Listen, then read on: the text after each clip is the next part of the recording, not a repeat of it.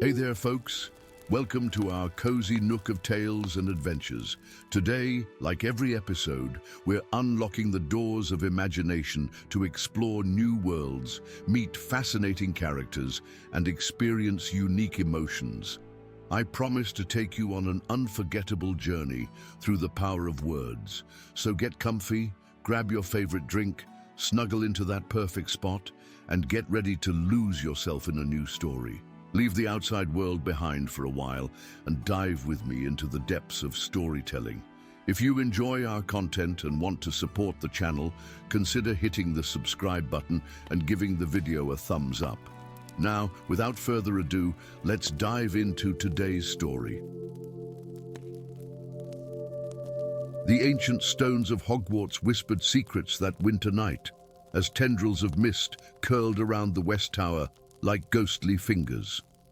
For centuries, the tower had stood silent and sealed, its weathered door bound by enchantment so powerful that even the most curious students had eventually abandoned their attempts to breach it.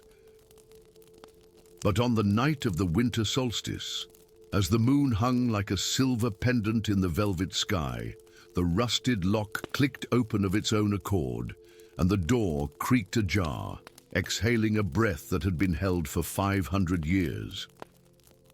Alaric Nightshade stood at his dormitory window in Ravenclaw Tower, watching as shadows darker than the night itself slithered from beneath the West Tower's door and spread across the courtyard below.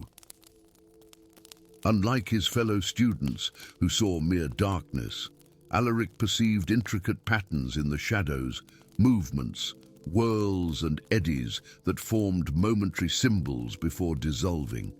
His silver eyes, so often the source of whispers and sidelong glances, narrowed as he recognized the ancient magic at work. "Shadow weaving," he murmured, his breath fogging the glass. As a metamorphmagus ostracized for his rare ability to transform into living shadow, Alaric had spent countless hours in the restricted section, poring over forbidden texts that mentioned his unusual gift. The Shadow Weavers were thought to be extinct, an ancient order of mages who had once served as the guardians of the wizarding world's darkest secrets. By morning, the first victim was discovered. Sophia Brightstar, a first-year Hufflepuff, lay in the hospital wing, her eyes open but unseeing, her mind seemingly intact except for one crucial absence. She could no longer remember her own sister. "It's as if the memory was plucked like a thread from a tapestry," Madame Pomfrey explained to the ashen-faced headmistress. "The rest remains, but that singular connection is gone." Within days, more students fell victim to the shadow plague. Each lost something different, a cherished first memory of magic, the recollection of a deceased grandparent's face, the feeling of receiving their Hogwarts letter. Never their entire memory, just the most precious fragments, leaving behind a peculiar emptiness that nothing could fill. When Eleanor Brightstar cornered Alaric in the library, her wand trembling as she pointed it at his heart, he wasn't surprised. Her fiery red hair seemed to crackle with the same electricity as her temper, and her grief for her sister's condition had transformed into a desperate need for someone to blame. "You're always lurking in the shadows, Nightshade," she hissed, emerald eyes blazing. "And now shadows are stealing memories. Quite the coincidence, wouldn't you say?" Alaric didn't flinch. "I know what's happening," he said quietly. "Oh, damn, and I think I'm the only one who can stop it." The grimoire lay open between them on the ancient oak table, its pages yellowed and brittle, inscribed with faded ink that seemed to shift and change when viewed from different angles. Eleanor's hostility had reluctantly given way to an uneasy alliance after Alaric had revealed his research. The Shadow Weavers weren't just collectors of secrets, he explained, tracing a diagram that depicted shadowy figures surrounding a central light. They were protectors, They contained dangerous knowledge within their own essences, their bodies becoming living vaults. "And this, Morgause?" Eleonora asked, frowning at the name written in spidery script at the margin of the page. "Morgana's forgotten sister. More powerful, more terrible, and ultimately more dangerous. The four founders united to imprison her in the West Tower, but they couldn't kill her. Instead, they fragmented her consciousness and scattered it across the castle, while her physical form remained suspended in a state between life and death. And now the shadows are collecting memories to piece her back together," Eleonora finished, understanding dawning across her face. But why these specific memories?" Alaric turned the page to reveal an illustration of a woman wreathed in darkness, her hands weaving what appeared to be threads of light. "Because joy, love, and wonder contain the most powerful magic of all. The magic that Morgause could never understand, and therefore the magic she most desperately craves to possess." The climb to the West Tower was treacherous, not only because of the crumbling stairs that had gone untended for centuries, but because of the shadows that now patrolled the corridors like sentient guardians. Twice they had to hide as amorphous shapes slid past their hiding place, carrying glowing wisps that could only be stolen memories. "How will we get past them?" Eleonora whispered as they crouched behind a suit of armor. The moon was rising higher, its light creating sharp contrasts of silver and black across the stone floor. Alaric closed his eyes, focusing on the familiar sensation of his metamorphmagus ability, not the controlled transformations taught in class, but the deeper, wilder magic that had manifested when he was just a child. He felt his body dissolving, becoming less substantial, until he was nothing but a collection of darkness held together by will alone. "Merlin's beard," Eleonora gasped as she watched him transform. As a shadow, Alaric could perceive the world differently.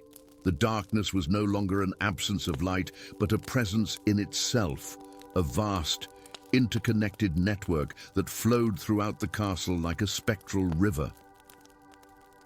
He could sense the other shadows now, feel their purpose and the strange hunger that drove them. With great effort, he stretched out a tendril of his shadow self and touched Eleonora's hand. The magic flowed through the connection, temporarily enveloping her in the same twilight state, not fully shadow, but no longer fully corporeal either. "Stay close," his voice echoed strangely in her mind. "And whatever you do, don't let go." The West Tower chamber was a cathedral of darkness, its high ceiling lost in gloom, its walls lined with empty portrait frames that seemed to watch the intruders with invisible eyes. At the center stood a crystalline sarcophagus, within which floated the ethereal form of a woman. Her features were regal, with high cheekbones and a proud brow, but her eyes were closed as if in sleep.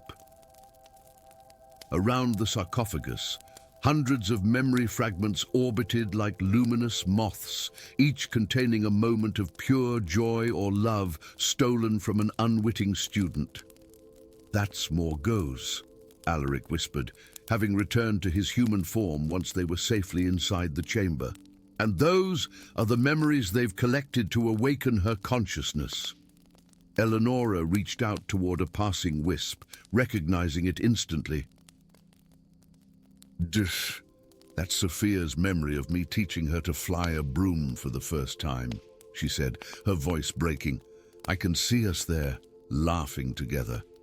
"We need to release them all before the lunar eclipse reaches its peak," Alaric said, consulting the grimoire one final time. According to the text, the memory fragments must be returned to their owners before Morgause can absorb them. "But to do that, you need to enter the shadow realm and retrieve them," Eleonora finished, understanding the grave look on his face. "That's why you brought me along, isn't it? You need an anchor to pull you back." Alaric nodded solemnly. The shadow weavers could traverse the boundary between worlds. But even they needed someone on this side to guide them home. As the eclipse began, casting the tower in an unearthly crimson glow, Alaric once again transformed into shadow. But this time, instead of maintaining his human consciousness within the darkness, he surrendered to it completely, allowing his essence to merge with the shadow realm that existed parallel to their own. The world beyond was a negative image of reality. What was solid became intangible. What was light became substance. Here, the memories appeared not as wisps, but as brilliant constellations, each connected to its rightful owner by threads of silver light that stretched across the boundaries of the worlds. But something else awaited him in the shadow realm, a presence both ancient and familiar. The spirits of the shadow weavers, his ancestors, moved around him in a spectral dance. From them, he learned the truth of his lineage, how the last of the order had hidden among ordinary wizards, passing down their gifts in secret, waiting for the day when Morgause might rise again. "You are the last of our line," they whispered in voices like rustling parchment. "And you alone can unravel what has been set in motion." With their guidance, Alaric began the complex process of releasing the stolen memories, sending each back along its silver thread to its rightful owner. Each release weakened the growing consciousness of Morgause, whose form in the shadow realm appeared as a tempest of darkness, threatening to consume everything around it. In the physical world, Eleonora maintained her grip on the grimoire that served as their connection, reading the ancient incantations that strengthened the bond between realms. As each memory was released, the sarcophagus in the center of the room grew more opaque, the figure within less substantial. But as the eclipse reached totality, Morgause's consciousness made one final, desperate attempt for freedom. Shadow tendrils lashed out, wrapping around Alaric's essence and trying to absorb him into her growing form. "Eleonora!" he called across the realms, his voice barely a whisper in her mind. And the prophecy in the grimoire read it now. With trembling hands, she turned to the final page, where words appeared in glowing script. "When shadow and light become one, when the forgotten sister stirs, the last weaver must choose, to bind with darkness eternal, or to scatter what was gathered and become the void between worlds." Understanding dawned in her eyes. "You have to become the new prison," she whispered. "Alaric, no!" But it was too late. In the shadow realm, Alaric embraced his heritage completely. Drawing on the ancient magic of the shadow weavers, he expanded his consciousness to encompass Morgause's fragmented spirit. As the last memory was released, he used the void it left behind to create a new prison, not of stone and spell, but of living shadow. As the eclipse ended and moonlight once again flooded the tower, Eleonora found herself alone in the chamber. The sarcophagus was gone, as were the shadowy guardians. In their place stood Alaric, but changed. His eyes now contained pinpricks of starlight, and shadows clung to him like a second skin. "What happened?" she asked, reaching out to him cautiously. "I've become what I was always meant to be," he replied, his voice resonating with echoes. "Uduyi, the last shadow weaver, and the guardian of the darkness that must never escape." Throughout Hogwarts, students awoke to find their missing memories restored, though few would ever understand the price paid for their return. And in the years that followed, while the West Tower remained open but empty, students would sometimes glimpse a figure moving through the shadows of the castle, a guardian neither fully human nor fully shade, keeping watch over secrets best left forgotten. And if, on rare nights when the moon hid its face, a fiery-haired witch was seen climbing the West Tower steps with books and butterbeers in hand, well, Even the loneliest guardians deserve a friend to remind them of the light they've sworn to protect. Story 2. The waters of the Black Lake shivered beneath the silver light of the waning moon, retreating from shores they had embraced for centuries. Each day, the dark waters receded another foot, revealing glistening stones and ancient secrets long hidden beneath the murky depths. By the third week of this inexplicable phenomenon, the first of the ruins emerged.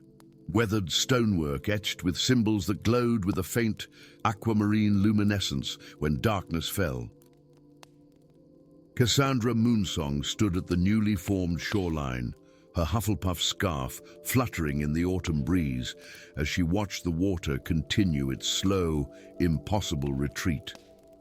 Unlike her classmates who marveled at the spectacle from a safe distance, Cassandra was drawn to the edge, tilting her head as if listening to a distant melody only she could hear.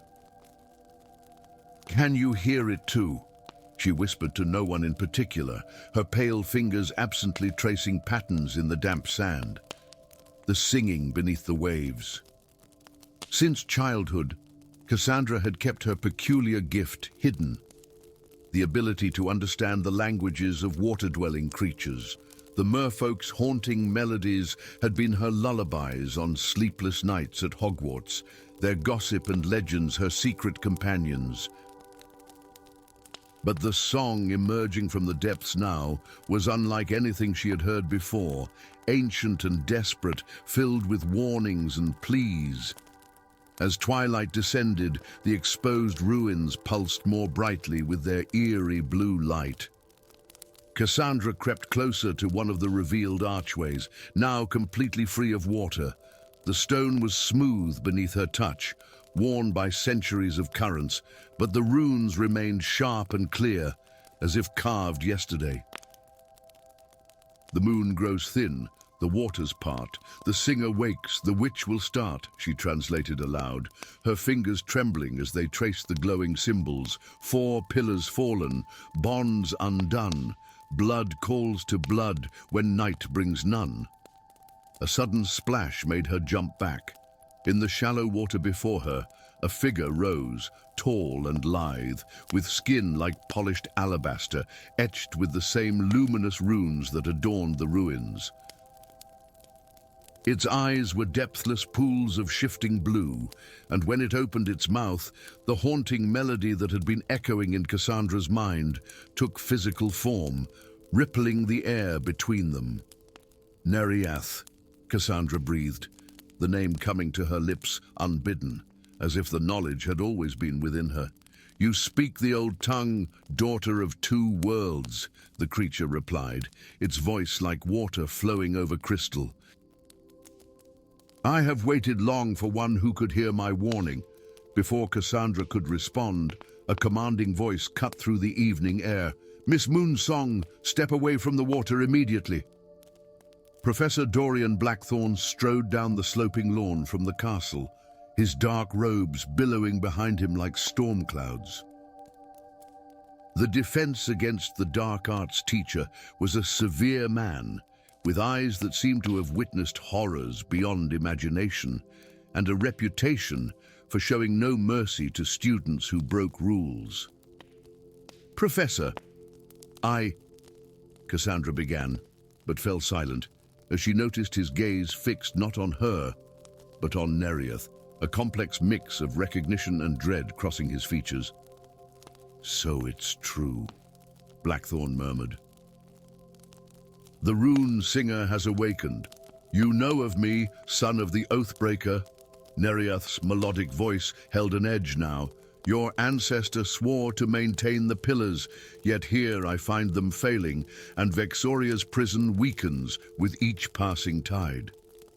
That night, in the flickering light of Blackthorne's office, Cassandra learned the truth. The Black Lake had not always been merely a lake. It was a seal, a prison crafted by the 4 founders of Hogwarts to contain Vexoria, a water witch whose power had threatened to drown the magical world beneath endless tides of her making. The founders couldn't destroy her. Blackthorn explained, his fingers tracing the elaborate diagram in an ancient tome. Her power was too entwined with the elemental magic of water itself. Instead, they created 4 pillars at the cardinal points of the lake, binding her in a magical slumber within a temple at its deepest point. "And now the pillars are failing," Cassandra whispered, understanding the urgency in Nereith's song. "That's why the water is receding, the magic is weakening." Blackthorn nodded grimly, and with each student who has vanished near the shore in recent days, her power grows. She feeds on magical essence, drawing them into the depths. 3 have been taken, Cassandra realized with horror, and Nereith's song mentioned, "When night brings none, the blood moon, 3 nights from now." "We must find the aquatic codex," Blackthorn said, determination hardening his features. It contains the ritual to restore the pillars." When dawn broke, they ventured into the heart of the merfolk village, beneath the remaining waters of the lake, guided by Nereith's haunting song. The Merchiftainess, her features severe with concern, presented them with an object wrapped in waterproof kelp, a scroll crafted not of parchment, but of overlapping mermaid scales, each one inscribed with minuscule runes that shifted and flowed like the waters themselves. "The codex can only be read by one with the gift of water tongue," the Merchiftainess explained, her voice a gurgling hiss that only Cassandra could comprehend. "And the ritual can only be performed by those whose blood connects to both the imprisoners and the imprisoned." Blackthorn's expression darkened at these words. "My ancestor was Salazar Slytherin's apprentice," he admitted reluctantly. "He helped craft the binding spell. That's why the knowledge has been passed down through my family. We are oath-bound to maintain the pillars, though that duty was forgotten generations ago." As Cassandra unrolled the codex, the scales warming beneath her touch, she discovered a truth even more startling. The 4th founder needed for the binding spell wasn't Gryffindor, Ravenclaw, Hufflepuff, or Slytherin, she whispered, reading the flowing script. It was a 5th founder written out of history, Isolde Moonsong, mistress of elemental magic.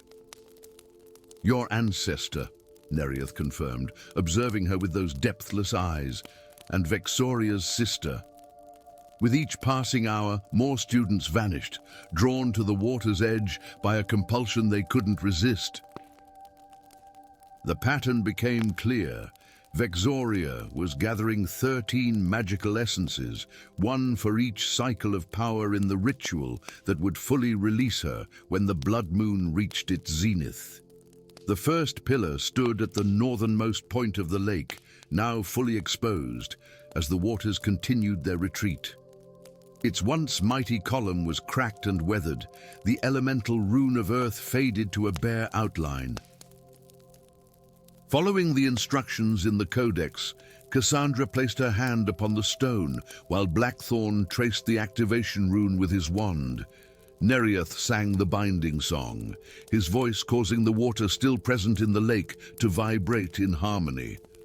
"Blood of the binder, blood of the bound," Cassandra recited, wincing as Blackthorn's silver knife sliced her palm. Her blood, droplets of deepest crimson, fell upon the pillar and was absorbed into the stone. The rune flared to life, burning with renewed power, and a tremor passed through the ground beneath their feet. "One restored," Nereith intoned. 3 remain, and the moon rises blood-red tomorrow night." The 2nd pillar of air and 3rd of fire were restored with similar rituals as the day progressed, each one glowing with renewed power. But with each activation, Cassandra felt a strange duality growing within her. Part of her rejoiced at containing Vexoria, while another part, previously unknown, raged against the imprisonment of her kin. As dusk approached on the night of the blood moon, they reached the final pillar, the pillar of water itself, now standing in the center of what had become a vast, muddy basin. The Black Lake had all but vanished, revealing the full extent of the ancient underwater city. At its heart stood a temple of dark stone, its sealed doors covered in warnings. The final binding must be performed as the blood moon reaches its zenith, Blackthorn said, consulting the codex over Cassandra's shoulder. But it requires a choice from the bloodkin of Vexoria, a willing sacrifice to maintain the balance. A sacrifice, Cassandra whispered, feeling the dual nature within her wrestling for control. The part that was purely herself, Cassandra the Hufflepuff, the shy girl who had only wanted to belong, recoiled at the thought. But the other part, the awakening heritage of Isolde Moonsong, understood the necessity with ancient clarity. As the blood moon rose above them, casting its crimson light across the exposed lakebed, the doors of the temple trembled. The 12 missing students appeared, walking in a trance-like procession toward the temple, their eyes vacant and glowing with the same blue luminescence as the ruins. She's using them as conduits, Blackthorn realized with horror. Their magical essence will shatter the final seals. Nereath's song rose to a crescendo of warning as cracks appeared in the temple doors, water beginning to seep through, not the ordinary water of the lake, but water that moved with purpose, forming tendrils that reached out like grasping hands. "I know what I must do," Cassandra said with sudden clarity, stepping toward the final pillar. The water cannot be destroyed or contained forever. It can only be redirected. She placed both hands on the pillar. No cut needed this time, as the stone seemed to recognize her dual nature, drawing blood from her veins of its own accord. "Not a prison," she chanted, feeling the power of her contradictory heritage surge within her. "A balance." The pillar flared to life beneath her touch, but instead of simply restoring the binding, it transformed. The waters that had receded rushed back toward the lakebed, but now they were clear and pure, free of the malevolence that had tainted them. The temple doors burst open, revealing not the horror they had feared, but a figure much like Nereath, another rune singer, female in form, her expression one of surprised peace rather than rage. "You've freed me from myself," the figure said, her voice like Nereath's but deeper, more resonant. "And the darkest part of Vexoria is banished, but the knowledge and power remain." As the waters settled into their rightful place, restoring the Black Lake to its familiar boundaries, Cassandra understood what her ancestor had known, but could not accomplish alone. True balance required not imprisonment, but transformation. The dual nature within her settled into harmony, no longer at war, but complementary. The 12 students awoke from their trance, confused but unharmed. Blackthorn looked upon Cassandra with new respect, recognizing that she had succeeded where generations of his family had merely maintained a flawed solution. And beneath the once again peaceful waters of the Black Lake, 2 rune singers, the last of their kind, began to teach the merfolk songs not heard for centuries. Songs of balance and harmony rather than binding and imprisonment. As for Cassandra, she returned to her Hufflepuff dormitory, no longer the shy girl afraid of her difference, but a young witch coming into an inheritance both ancient and new. The waters of the Black Lake would always call to her, but now she understood that belonging could mean bridging 2 worlds rather than choosing between them. Story 3. The Emerald Lights first appeared on All Hallows' Eve, shimmering across the night sky above Hogwarts like ghostly ribbons woven from the Aurora Borealis. Students and professors alike gathered in the courtyard, faces upturned in wonder as the eerie radiance cast everything in a viridescent glow. But Orion Stormrider, a seventh-year Gryffindor with storm-grey eyes and an uncanny talent for defensive magic, felt not wonder, but dread as he watched the lights pulse and writhe. Each emerald flare sent a cold shiver down his spine, as if the lights were reaching for him specifically, calling to something ancient in his blood. That night, while his dorm mates slept soundly, Orion tossed in nightmares filled with armored figures riding spectral steeds across shattered skies, their emerald banners heralding the end of all things. He woke with a gasp to find a ghostly figure standing at the foot of his bed, a tall man with a flowing silver beard and robes adorned with celestial symbols that seemed to twinkle with their own inner light. "Ah, Merlin," Orion whispered incredulously, his voice barely audible over the pounding of his heart. The apparition smiled grimly. "You recognize me, young Storm Rider? That is good. It means the memories I placed in your bloodline have survived the centuries." "Memories?" Orion swung his feet to the cold stone floor, instinctively reaching for his wand. "What memories? What bloodline?" The ghost of the legendary wizard gestured toward the window, where the emerald lights continued their sinister dance across the night sky. "Those are not merely lights, boy. They are fissures, tears in the veil between dimensions. The Knights of the Emerald Twilight are awakening from the prison I crafted for them millennia ago, and you are descended from those who helped me bind them." By dawn, Orion's world had irrevocably changed. Merlin's ghost had revealed a history absent from any textbook in Hogwarts, a tale of interdimensional warriors who had sought to conquer all realities, beginning with the magical world. The emerald lights were weakening points in the dimensional barrier, and with each passing night, they grew stronger and more numerous. Within a fortnight, when the stars aligned in a configuration that occurred only once every 1,000 years, the Knights would break through completely. "You cannot fight them with conventional magic," Merlin had warned.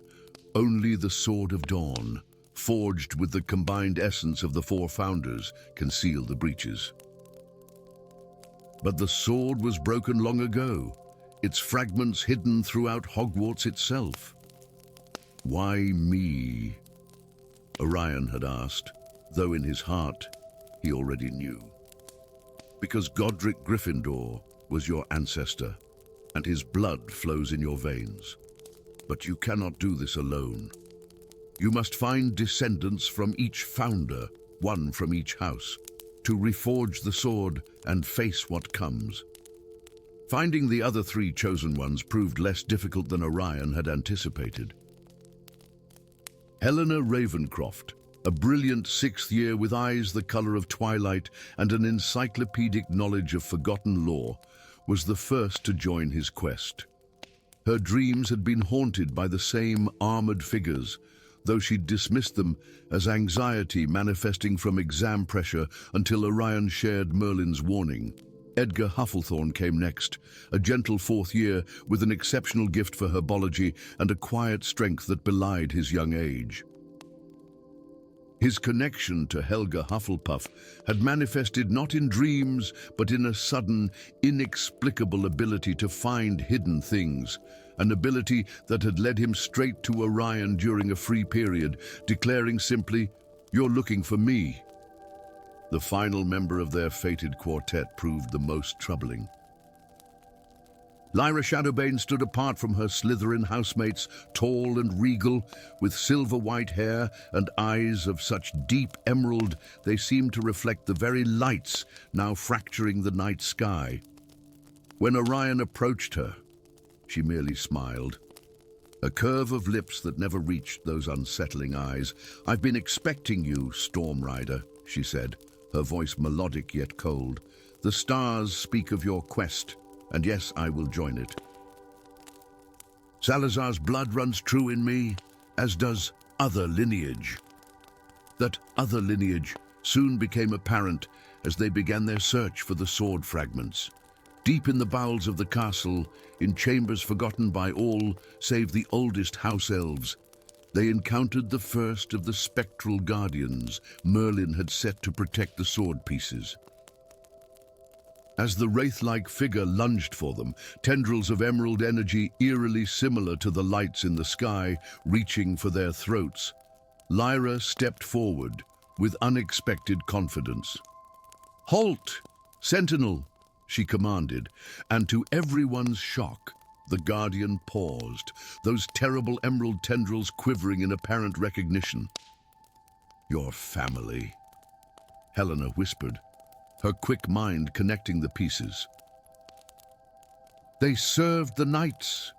Lyra's chin lifted defiantly. "The Shadowbanes have kept the old ways alive for generations, awaiting the knights' return. We were their heralds once, their eyes and ears in this dimension." Orion's hand tightened on his wand. "And now, are you here to help us or to stop us?" The silence stretched between them, taut as a bowstring. Finally, Lyra's shoulders sagged slightly. "I don't know anymore. The dreams... They call to me, promise me power beyond imagining if I betray you, but there's something wrong in their voices, a hunger that frightens even me." It was Edgar who stepped forward, his young face solemn as he offered his hand to Lyra. "Then we'll help you choose," he said simply. "That's what friends do." The fragile alliance forged in that moment was tested repeatedly as they recovered the first 3 fragments of the Sword of Dawn. With each piece they claimed, the emerald lights grew more frenzied and the dreams more vivid. Lyra's struggle became increasingly evident, dark shadows beneath her eyes, sudden moments when her gaze would drift to the windows and her fingers twitch as if reaching for something only she could see. The final fragment lay in the heart of the Chamber of Secrets itself, guarded not by a spectral sentinel, but by the lingering echo of Salazar Slytherin, a magical imprint left to judge whether those seeking the sword were worthy of its power. "4 must enter, united in purpose," the echo intoned, its voice reverberating through the chamber. "But only the true heir of Slytherin may claim this peace." "Step forward and be judged." Lyra moved before anyone could stop her, her emerald eyes fixed on the ghostly figure of Salazar. The chamber fell silent as some unspoken communion passed between them, and then, to everyone's horror, emerald light began to pour from Lyra's eyes and mouth, enveloping her in a cocoon of virescent energy. "She's turning!" Helena cried, raising her wand defensively. "All the knights are taking her." But Orion, remembering Merlin's words about the true nature of their battle, stepped between Helena and Lyra. "No," he said firmly, "this isn't about fighting the knights. It's about fighting the fear and distrust that give them power. Lyra is fighting her own battle right now, and we need to help her, not condemn her. United by a common purpose stronger than ancient blood feuds or house rivalries, the 3 encircled Lyra, adding their magic to her struggle. Inside the emerald cocoon, Lyra wrestled not just with the influence of the knights, but with generations of family expectation and destiny. The chamber filled with blinding light as the conflict reached its crescendo, and then, with a sound like shattered glass, the emerald energy dispersed. Lyra stood transfigured, not corrupted by the knight's power, but purified by her rejection of it. In her hand gleamed the final fragment of the Sword of Dawn, offered freely by Salazar's echo in recognition of her true strength. "The worthiest heir," the echo whispered as it faded, "is not the one who follows the path laid before them, but the one who chooses their own." As the prophesied celestial alignment approached, the 4 gathered atop the astronomy tower, the collected fragments of the sword laid out before them on a cloth of midnight blue.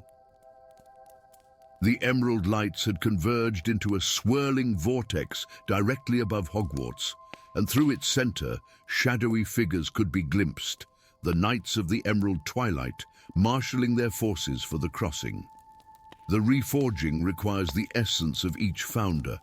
Helena recited from the ancient text they discovered, not just their blood, but the qualities they most valued. One by one, they stepped forward to offer what was needed. Edgar, his eyes closed in concentration, placed his hands on his fragment, imbuing it with the loyalty and dedication that defined Hufflepuff. Helena followed, her brilliant mind focusing the wisdom and creativity of Ravenclaw into her piece. Lyra, her struggle still evident but her resolve unbroken, channeled Slytherin's ambition and resourcefulness, purified of darker impulses. Finally, Orion stepped forward, the weight of destiny heavy on his shoulders. As he touched his fragment, he felt not just his own courage, but the combined bravery of countless Gryffindors through the ages, a river of lion-hearted determination flowing through his veins. The fragments rose into the air, drawn together by forces older than Hogwarts itself. With a flash of golden light that momentarily outshone the emerald vortex above, the Sword of Dawn reformed, a gleaming blade inscribed with runes of power and a hilt shaped like a phoenix with outstretched wings. As Orion grasped the sword, knowledge flooded his mind, not just how to close the dimensional breaches, but understanding of the knights themselves. They had once been guardians, like Merlin, before their power corrupted them. Their prison was not punishment, but rehabilitation, a place where, over millennia, they might remember their true purpose. They're afraid, he realized aloud. They've forgotten who they were, and fear has twisted them into what they are now. The vortex pulsed, widening dangerously as the first of the knights began to push through, a towering figure in emerald armor, astride a mount formed of living shadow. Behind it, rank upon rank of similar figures prepared to follow. Then we'll remind them, Lyra said, her hand closing over Orion's on the sword hilt. Helena and Edgar joined them, and together they raised the blade toward the breach. The Sword of Dawn blazed with inner fire as it absorbed the emerald energy of the vortex, not destroying it but transforming it. The knights halted their advance, confusion evident even through their faceless helms, as golden light replaced Verescentor, reshaping the breach from a tear into a bridge. Through this golden passage came not an invasion force, but a single figure, a knight whose armor shone with the same golden light as the sword. It knelt before the four students, its helm dissolving to reveal a face both ancient and ageless. "We remember now," it said, its voice like distant thunder. "We were lost in twilight for so long, we forgot the dawn." As the stars shifted from their fated alignment, the golden bridge began to fade. The redeemed knight rose, offering a salute with a blade that mirrored the Sword of Dawn. The breaches are sealed, but the veil remains thin. "We shall guard our side, as you must guard yours, until the time of reunion comes."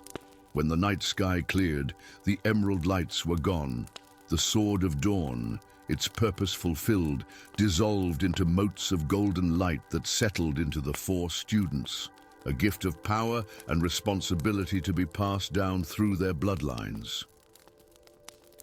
Standing atop the astronomy tower as dawn broke over Hogwarts, Orion realized that their quest had never been about defeating an enemy, but about healing a breach far older and deeper than the one in the sky. The divisions between the houses, between ways of thinking and being that had weakened the magical world for centuries. "Adieu, the true knights of twilight," Merlin's ghost whispered as it faded for the final time. "Are those who stand at the boundaries between darkness and light, division and unity, fear and hope, and choose to build bridges rather than walls." And in the days that followed, As tales of their adventure spread throughout Hogwarts in whispers and rumors, something changed in the ancient castle. A subtle shift as students from different houses began to look at each other with new eyes, recognizing that in their differences lay not weakness but immeasurable strength. Story 4. The ancient stones of Hogwarts whispered their secrets in the dead of night, when shadows stretched like elongated fingers across weathered corridors and time itself seemed to hold its breath. It was during such a night that Professor Bartholomew Cronis, the elderly history of magic teacher, vanished without a trace, leaving behind only a curious circular indentation in the dust of his office floor and a hastily scribbled note bearing 5 mysterious words: "The 5th house awakens again." 3 days later, Marcus Timeweaver stood before the gargoyle guarding the headmistress's office, his slender fingers nervously adjusting the blue and bronze Ravenclaw tie at his throat. The soft-spoken 6th year was accustomed to blending into the background, his remarkable mind often overlooked by classmates who noticed neither his quiet insights nor his uncanny intuition about dates and chronologies. But now, as he ascended the spiral staircase, he clutched in his palm the small copper key he had discovered that morning, inexplicably tucked inside his worn copy of Hogwarts: A History. "I can't explain it, headmistress," Marcus said, his voice barely above a whisper as he placed the key on her desk. "But I believe this has something to do with Professor Cronis' disappearance." Headmistress McGonagall studied the key through her spectacles, noting the peculiar constellation pattern etched into its bow. "And why, Mr. Timeweaver, would an ancient key find its way to you specifically?" Before Marcus could respond, a soft chime echoed through the office, and the portraits of former headmasters stirred in their frames, exchanging worried glances. The source of the sound became apparent as the key began to glow with amber light, floating upward to hover between them. "It would appear," McGonagall said dryly, though her eyes betrayed concern, "that magic has chosen to answer that question for us." That night, while the castle slept beneath a canopy of stars, Marcus followed the floating key down through the lesser-known passages of Hogwarts, descending stone steps worn smooth by centuries of footfalls. The key illuminated their path with a warm glow, leading him deeper than he had ever ventured, into catacomb-like chambers carved from the very bedrock beneath the school. In the final chamber, vast and domed with constellations charmed onto its ceiling, stood a stone pedestal. Upon it rested an hourglass unlike any Marcus had ever seen, its glass housing swirled with impossible colors, and within it, sand that gleamed like pulverized stardust shifted and turned as if caught in unseen currents. The key slipped from Marcus' fingers, finding its home in a lock at the base of the hourglass. With a click that seemed to reverberate through time itself, the mechanism engaged, and the first grain of enchanted sand began its descent. The world around Marcus dissolved into a kaleidoscope of memories not his own. He stood upon the same grounds, but Hogwarts Castle rose before him, newly built, its stones unmarred by time. 4 figures, no 5, gathered on a hillside, their hands joined as magic swirled around them like living light. 5 founders, Marcus whispered as the vision faded, leaving him breathless on the cold stone floor. There were 5. In the days that followed, as each grain of sand tracked its inexorable path from top to bottom of the mystic hourglass, Marcus was pulled into increasingly vivid visions of Hogwarts' founding. He witnessed heated debates among the 5 original creators of the school, saw the construction of 5 towers instead of 4, and learned of Aurelius Kronos, the 5th founder whose expertise lay in temporal magic and divination. But darker visions followed, a terrible betrayal, a magical cataclysm narrowly averted, and finally, a solemn conclave where the remaining four founders made a decision that would reshape history itself.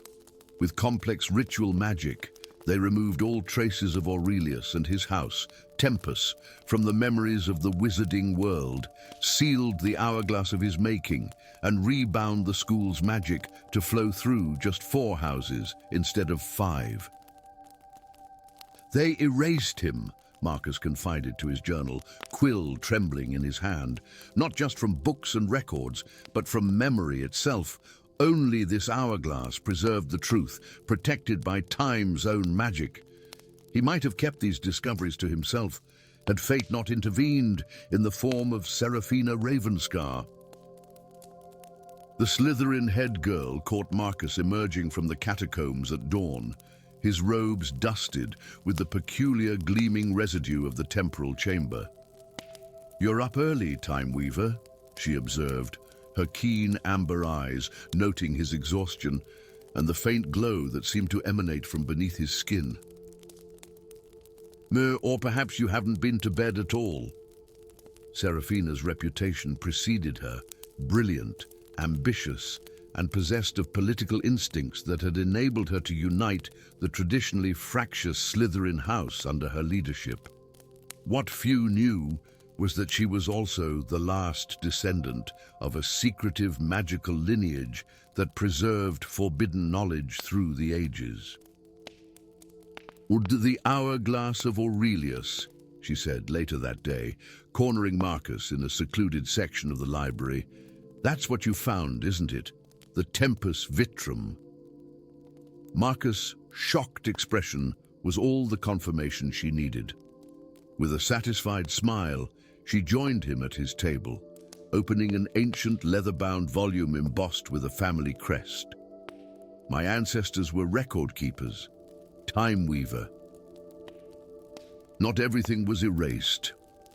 Their unlikely alliance was forged in that moment. Marcus, with his visions and growing temporal sensitivity, and Seraphina, with her ancestral knowledge and cunning.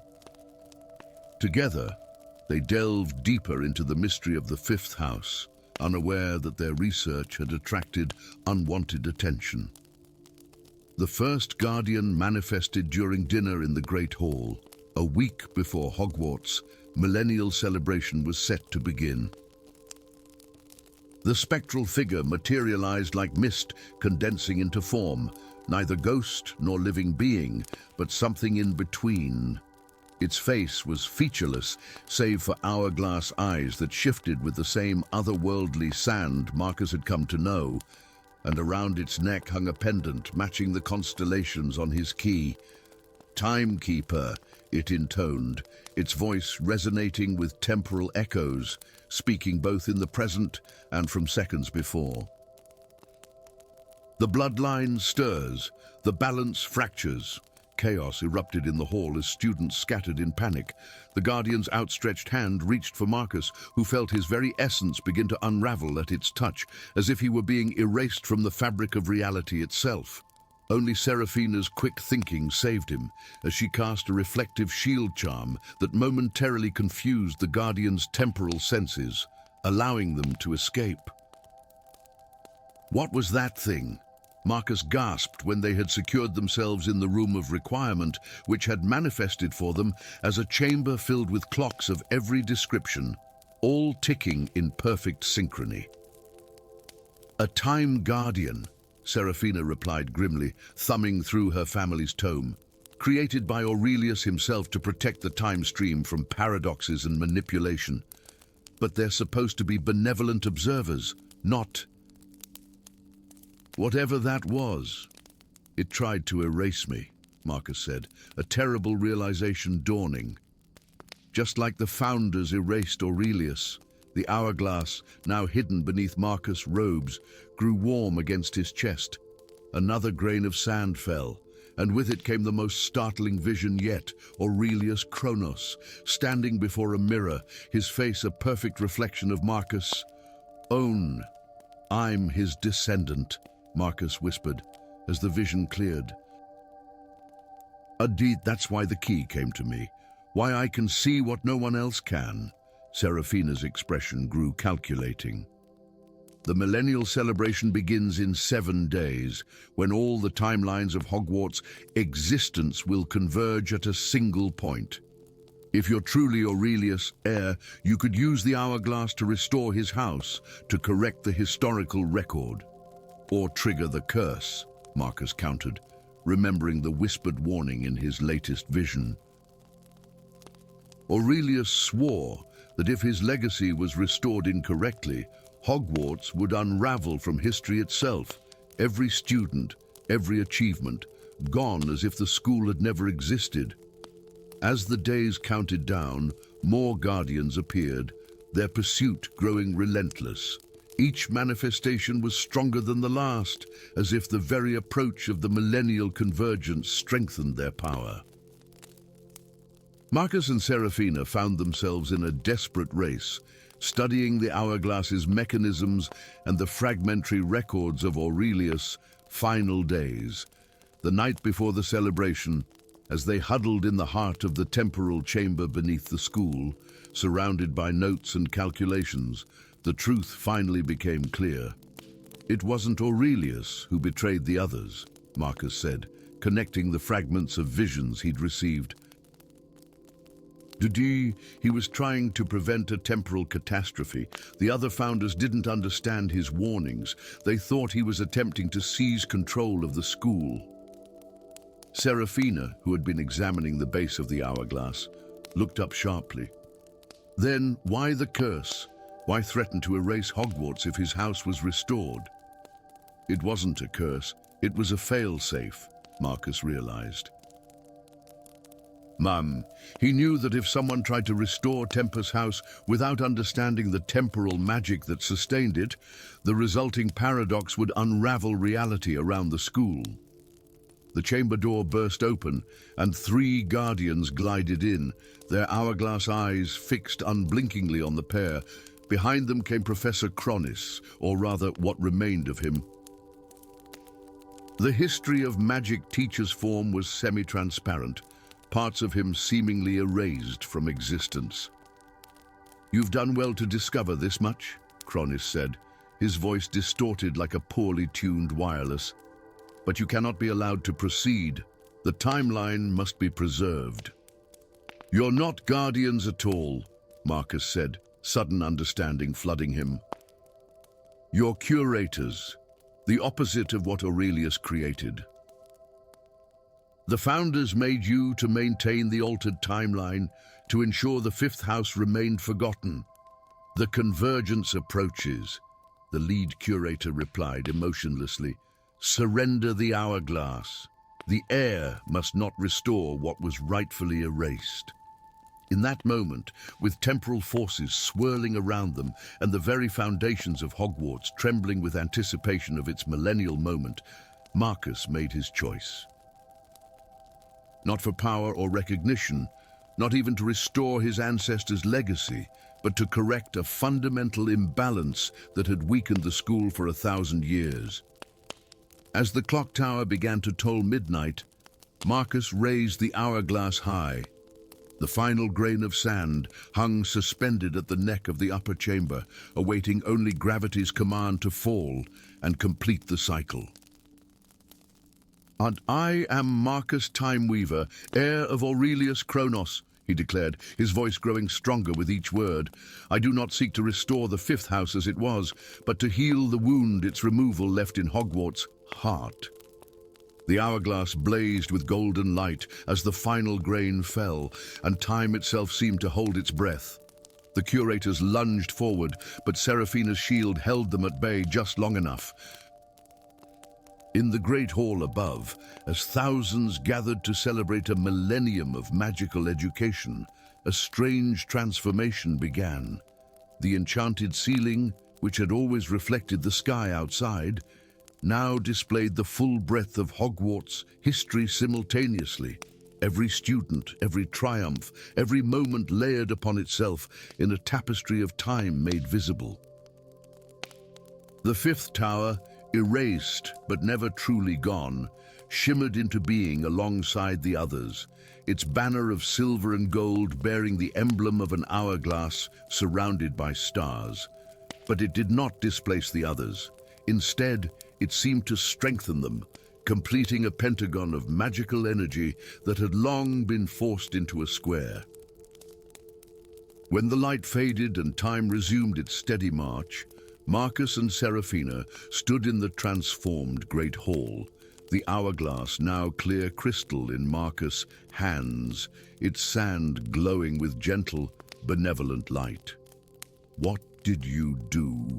Seraphina asked in wonder, as students and staff looked around in confusion, new memories integrating seamlessly with old, history rewriting itself not through erasure, but through addition.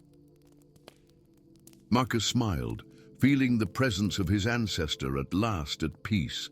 "I didn't restore Tempus House to what it was," he explained. "I restored its purpose, to connect all the houses, to remind us that time binds us all together." The past, present, and future of Hogwarts united at last. And high above, in the newly appeared fifth tower, a bell began to toll, not marking the hours as the clock tower did, but celebrating moments of unity and understanding between the houses, a reminder that in the grand tapestry of time, it was the connections between threads that created the strongest pattern of all. Story 5.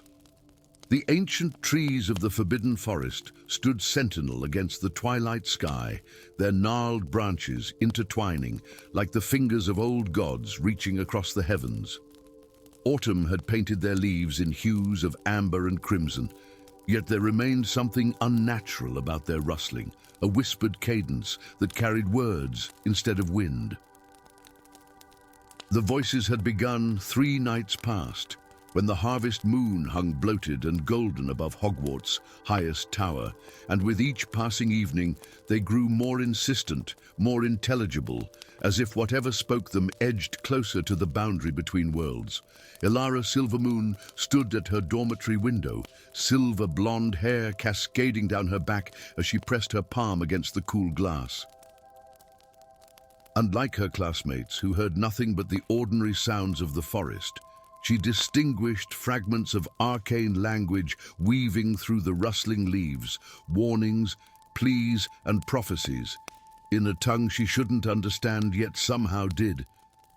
"They're getting stronger," she whispered to herself, watching as wisps of opalescent mist curled at the forest's edge, luminous tendrils that reached toward the castle before dissipating like dreams upon waking.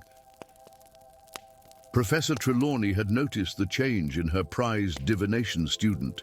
Ilara's crystal gazing, once producing vague impressions at best, now revealed vivid scenes of shadowy figures moving through mist-wreathed trees, searching for something or someone. The tea leaves in her cup repeatedly formed the same ominous symbol, a doorway with darkness pouring through it like liquid night. "Your inner eye has awakened fully," Trelawney had told her that afternoon, bony fingers clutching Ilara's wrist with surprising strength. "But remember, my dear, some doors, once opened, cannot be easily closed again." That night, as the castle slept and the voices from the forest crescendoed into a haunting chorus, Ilara dreamed of a woman with her own face, but older, wiser, standing before an archway carved from living wood. The woman wore robes embroidered with silver leaves and bore a staff topped with a moonstone that gleamed with inner light. "The seal weakens, last daughter of the Guardians," the woman, her ancestor, said. "When the veil between worlds thins at the solstice, the Shadow Lord will reach through completely unless the scepter of Yowin renews the ancient bonds." Ilara woke with a name burning in her mind and a purpose crystallizing in her heart. The library archives revealed what her dreams had already told her. The Silvermoons had once been guardians of the forest, an ancient order tasked with maintaining the seal on a portal to the Shadow Realm hidden deep within the Forbidden Forest. The last recorded guardian had died without an apparent heir over a century ago, and the responsibility had been forgotten, the knowledge lost, until now. But the records held another name, one that sent a chill down Ilara's spine: Blackwood. The family that had betrayed the Guardians, whose ambition had nearly destroyed the seal 5 generations past, allowing shadow creatures to pour into the world before they were driven back at great cost. "Researching your betters, Silver Moon," a voice drawled from behind her, rich as dark honey, yet sharp with disdain. Thorn Blackwood leaned against the bookshelf, his Slytherin tie loosened and dark hair falling across one eye. His arrogance was legendary, even among his housemates, his talent for defensive magic matched only by his contempt for those he deemed unworthy of his attention. "Your ancestors were oath-breakers," Ilara replied, surprising herself with her boldness. "They betrayed a sacred trust for power." Something flickered in Thorn's eyes, surprise, perhaps, or a shadow of something deeper. "History is written by the victorious," he said quietly. "But what happens, I wonder, when ancient enemies are all that stand between the world and its ending?" 3 nights later, they stood together at the forest's edge, an unlikely alliance born of necessity. 2 students had been found near the lake that morning, their eyes vacant and skin cold as ice, their shadows missing, as if something had peeled the darkness from their very essence. The teachers spoke of a magical malady, but Ilara had seen the truth in her scrying bowl. Shadow creatures slipping through the weakening seal to feed on the life force of the unwary. "We need the scepter," she insisted, clutching the ancient map she'd pieced together from forgotten texts. "With it, I can repair the seal before the solstice." "If it still exists," Thorn countered, his wand illuminating the path ahead with cool blue light. "And if we can find it in the heart of the forest, where even the centaurs fear to tread." The forbidden forest transformed at night, becoming a realm of shifting shadows and deceptive paths.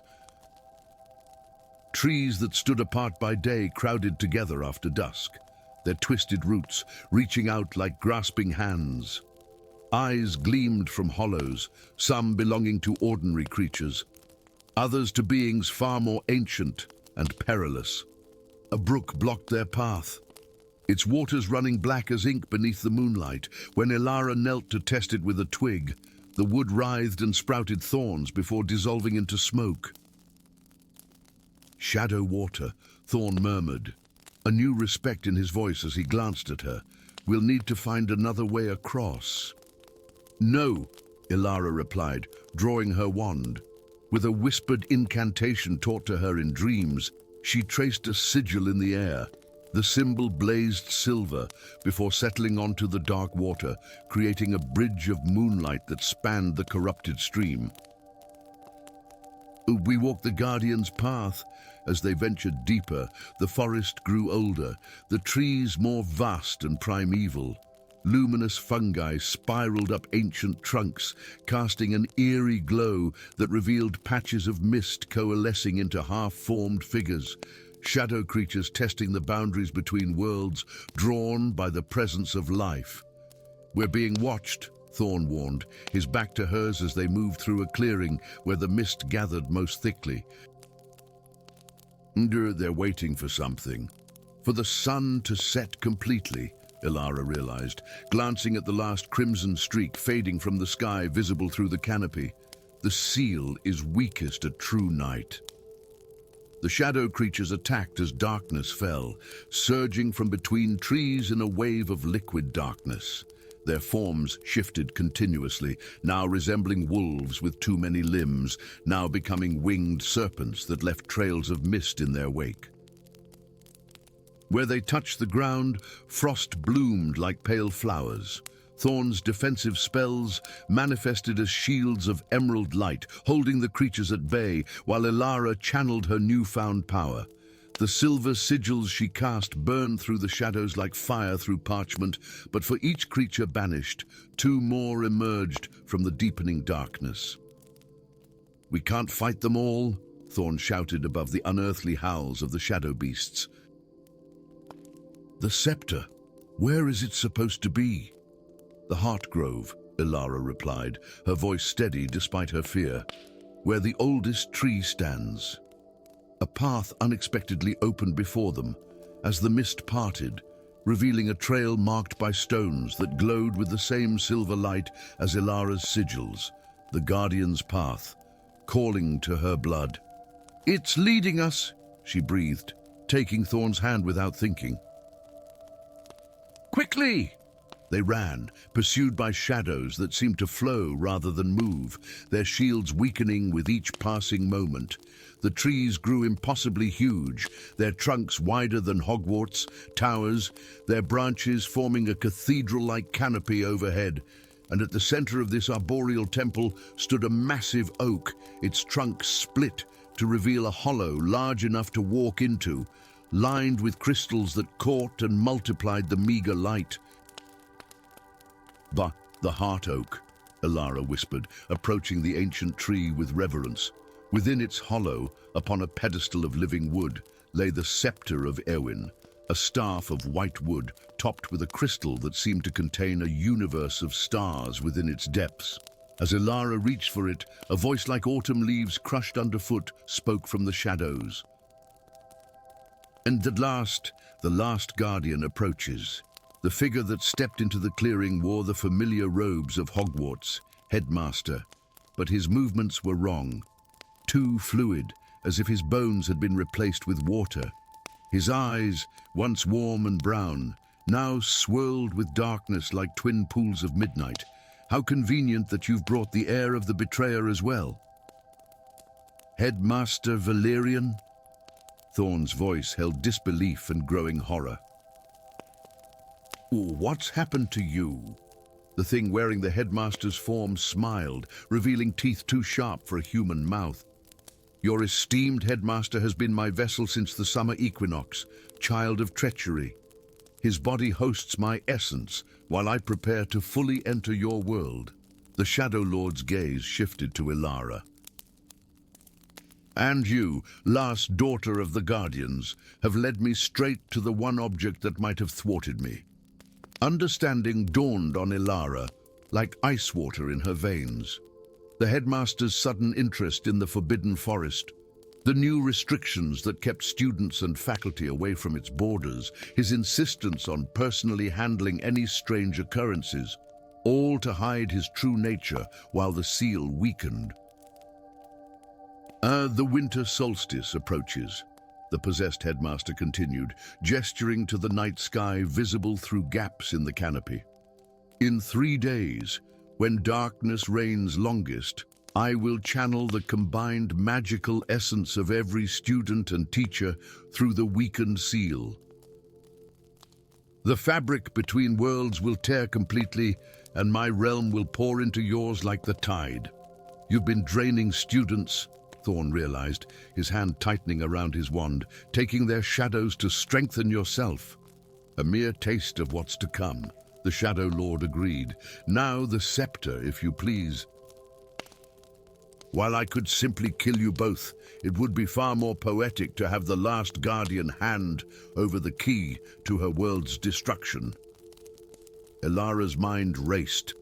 The scepter lay just out of reach, its crystal pulsing as if alive. The Shadow Lord, though powerful, still seemed bound by certain limitations in this world. He hadn't simply taken the scepter himself, suggesting he couldn't touch it directly while it remained on consecrated ground within the Heart Oak. Her eyes met Thorn's, and in that moment, an unspoken understanding passed between them. Descendants of ancient enemies now united against a common threat. Nay, my ancestor betrayed the Guardians, Thorn said suddenly, stepping forward with his hands raised in apparent surrender. And that debt has haunted my family for generations. Perhaps it's time to restore the natural order of things. The Shadow Lord's borrowed face twisted into a triumphant smile. A wise choice, heir of Blackwood. But as Thorn approached, he suddenly dropped to one knee, pressing his palm against one of the luminous stones that marked the Guardian's path. "I, Thorn Blackwood, renounce the betrayal of my blood and pledge my magic to the Guardian's cause," he intoned, words Ilara somehow knew were part of an ancient oath of fealty.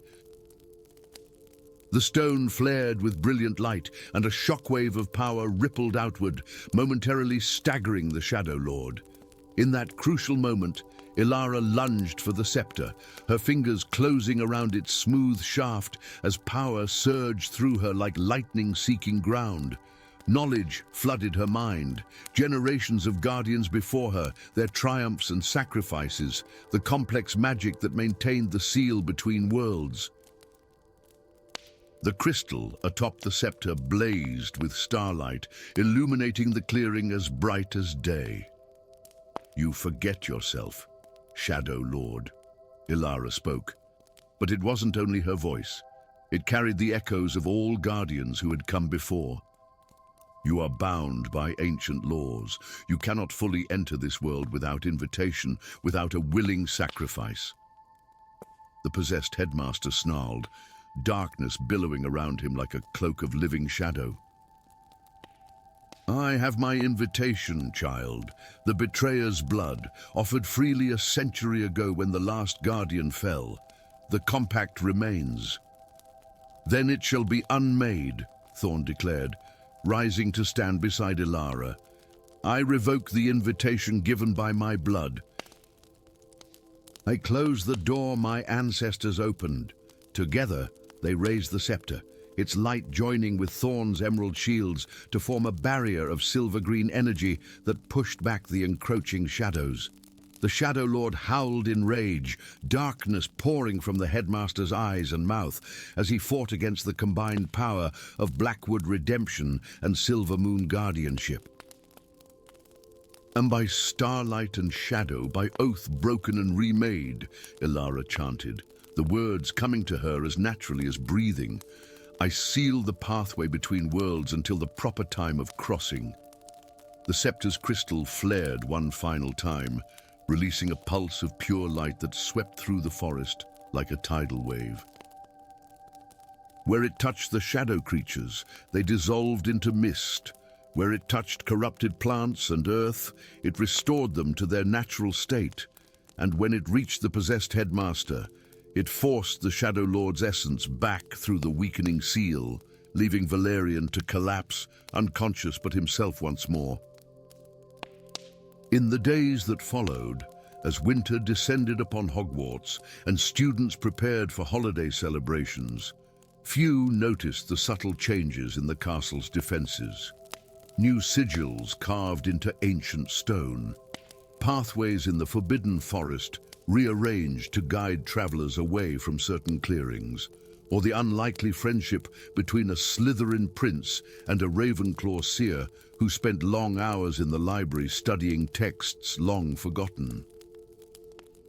Viewers still noticed that on the night of the winter solstice, when darkness reigned longest, two figures stood watchful at the forest's edge, a scepter gleaming between them as they renewed the ancient bonds that kept the shadows at bay for another turning of the wheel. And only the oldest trees of the Forbidden Forest, those who had witnessed countless cycles of light and dark, whispered to each other about the Guardian's return and the redemption of the betrayer's line. A new chapter in an ancient story, written in starlight against the canvas of the longest night. Story 6.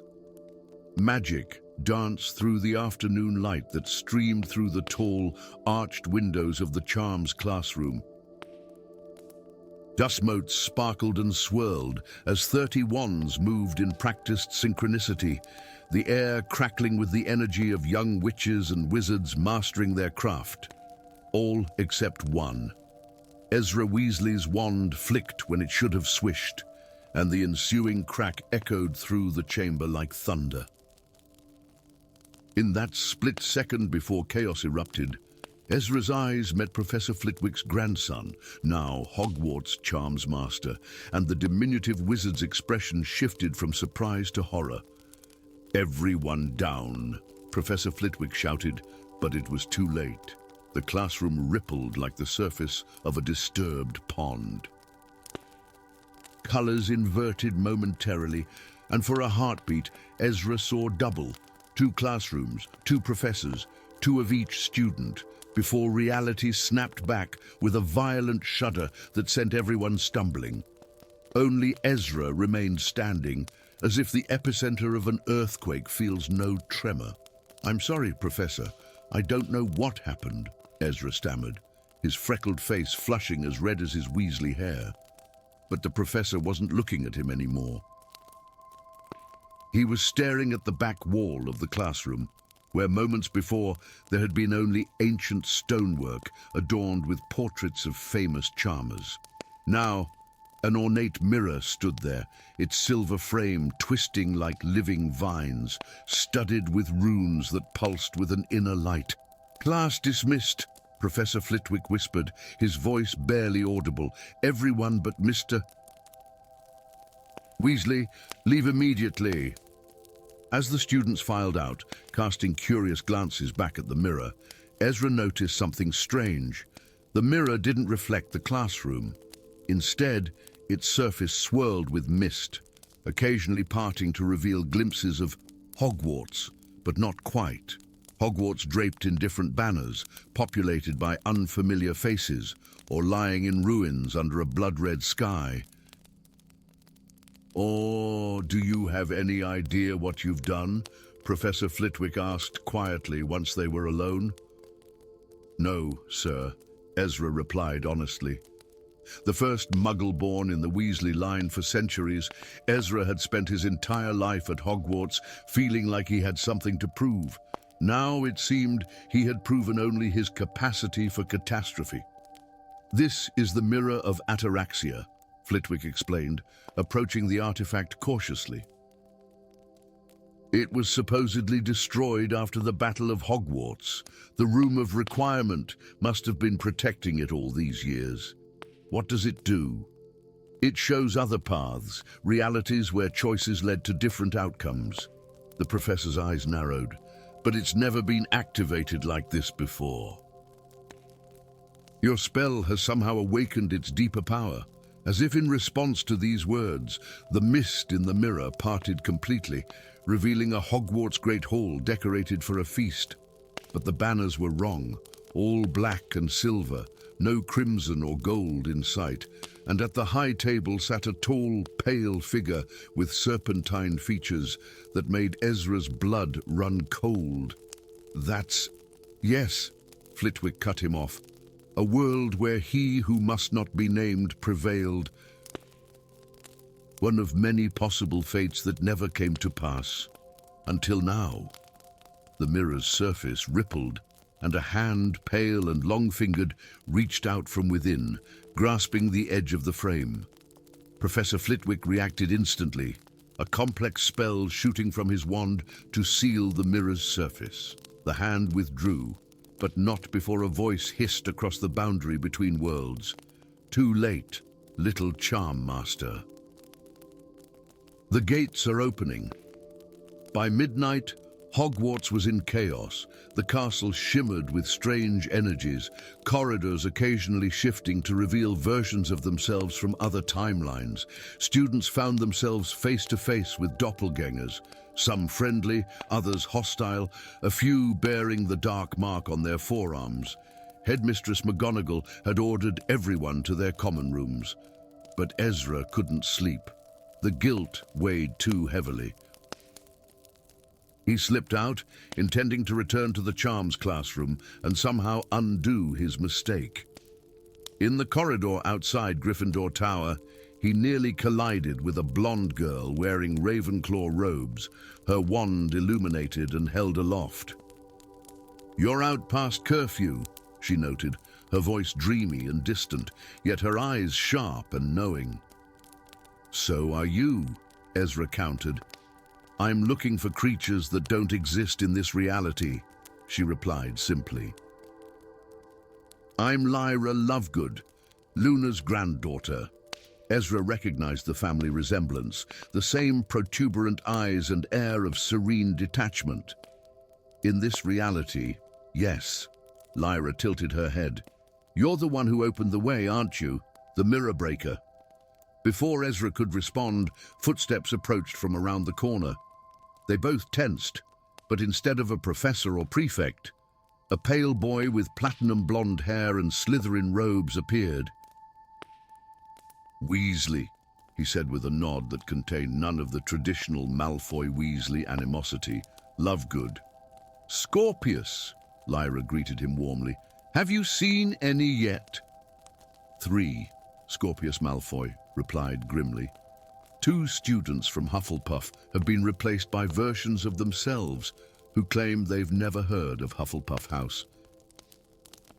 And Professor Longbottom just dueled his own doppelganger in the greenhouses, a version who became a Death Eater instead of leading Dumbledore's army. The boundaries are collapsing faster than I thought, Lyra murmured. Wait, Ezra interrupted. How do you two know so much about this, and why are you acting like you're friends? Scorpius and Lyra exchanged glances. We've been studying the mirror for months, Scorpius explained. And my father told me about its existence. He glimpsed it during his 6th year when he was using the Room of Requirement. And my mother sensed its awakening, Lyra added. She has a particular sensitivity to rifts between realities. She says it's from spending too much time with Thestrals as a child. But we never dared activate it, Scorpius continued. We just wanted to understand it. The Department of Mysteries has records of its creation. It was made by an unspeakable named Atticus Thorne, who believed he could use it to access more favorable timelines, but he vanished into it, presumably trapped between worlds. A chill ran down Ezra's spine as he remembered the hand reaching from the mirror, the hissing voice. I think he's found his way back, he said quietly. And he's bringing other realities with him. The heart of Hogwarts pulsed with arcane power as the trio made their way to the 7th floor. The Room of Requirement had manifested a door without being asked, a door of tarnished silver with the same twisting vine pattern as the mirror's frame. Inside, the room had transformed into a vast chamber, its walls lined with hundreds of mirrors, identical to the one Ezra had accidentally activated. And in the center, floating a foot above the ground, was Atticus Thorne, or what was left of him. The centuries trapped between dimensions had transformed the once human unspeakable into something else, a being of fractured light and shadow, his form shifting between different versions of himself.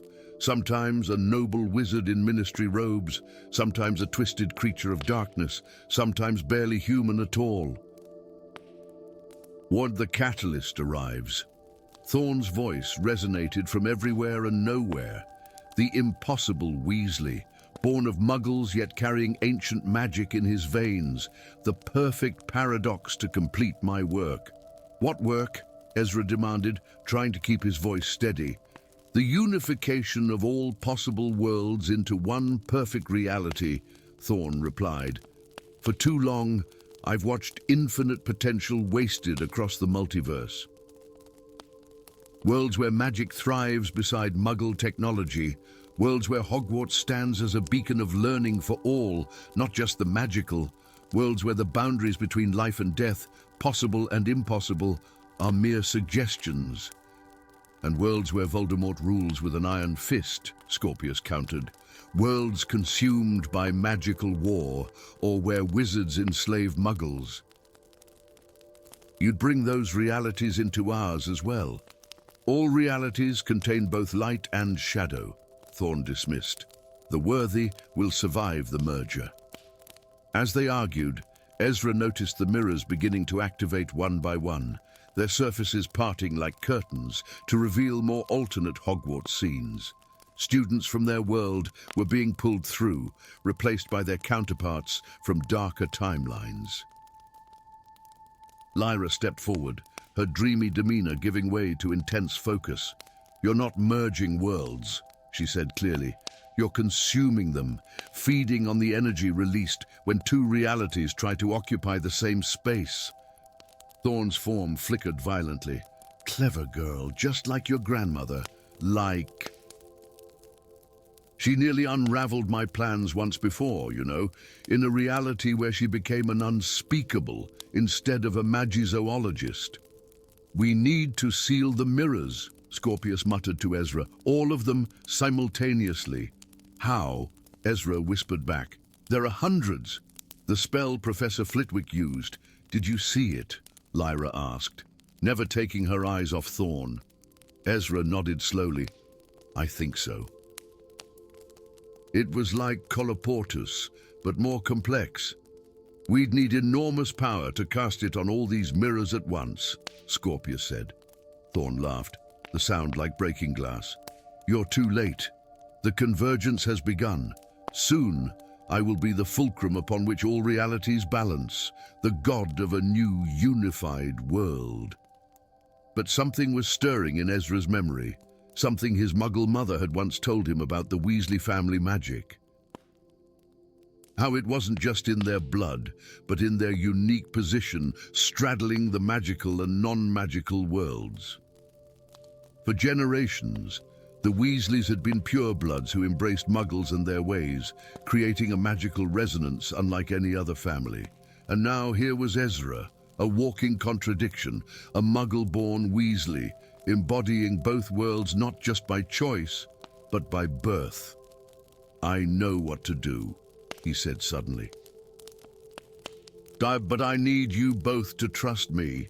Lyra and Scorpius nodded without hesitation. Ezra stepped forward, approaching Thorn directly. The entity's fractured form seemed to brighten with anticipation. You recognize your purpose then, Catalyst? Thorn asked. I do, Ezra replied. I am the boundary made flesh, the impossible bridge between worlds. As he spoke, Ezra raised his wand not toward any of the mirrors, but toward himself. Ud Revelio Originem, he cried, a spell he'd found in his family's grimoire, but never understood until this moment. Light erupted from within him, not the usual golden glow of magic, but a prismatic explosion of color that split and refracted like light through a crystal. Thorn shrieked, his form destabilizing further as Ezra's magic washed over him. The mirrors! Ezra gasped through gritted teeth. The sealing spell. Now, Lyra and Scorpius moved in perfect synchrony, their wands weaving identical patterns as they chanted Professor Flitwick's complex incantation. The spell amplified through Ezra's prismatic aura, replicating itself across every mirror in the room. One by one, the gateways between worlds sealed shut, Thorn's form compressed and stretched as his connections to other realities severed. No, he howled. Me centuries of work, you cannot. But Ezra wasn't finished. The revealing spell had shown him the truth, that he himself existed in only one reality. In all other timelines, the Weasley line had remained purely magical. He was a singular point in the multiverse, an anomaly that could be used as an anchor. With the last of his strength, Ezra twisted his wand in a complex pattern and whispered, Singularis Realitas. Reality condensed around them like air rushing to fill a vacuum. The room of requirement shuddered, contracting until only one mirror remained, the original mirror of Ataraxia, its surface now solid and reflective, and within it, trapped once more, the raging form of Atticus Thorn. Ezra collapsed, caught by Scorpius before he hit the ground. Did it work? He mumbled, his vision swimming. Lyra was examining the now ordinary classroom around them. Yes, she said with certainty. The boundaries have been restored. Everyone who was replaced has returned to their proper reality. And Thorn, sealed away, Scorpius confirmed, glancing at the mirror. Though I suspect this isn't the last we'll see of him. Objects of such power have a way of reappearing when they're needed. Or feared.